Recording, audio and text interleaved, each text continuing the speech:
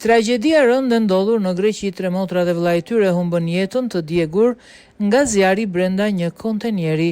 Dyshimet për ngjarjen e rëndë. Një tragjedi e rëndë ka tronditur Greqin në Konic mëngjesin e 15 qershorit.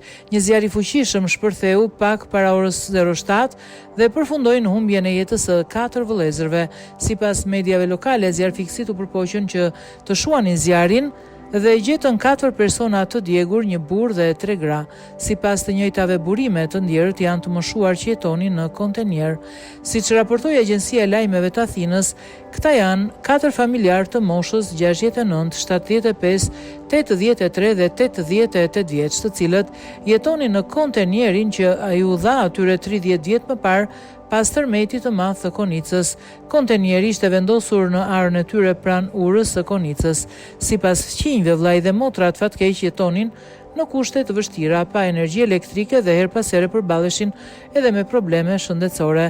Në këtë kontekst, po shqyrtohet nëse zjarri është shkaktuar nga një qiri apo llam vajguri që është ndezur për të pasur pak dritë, informon media greke Prototema.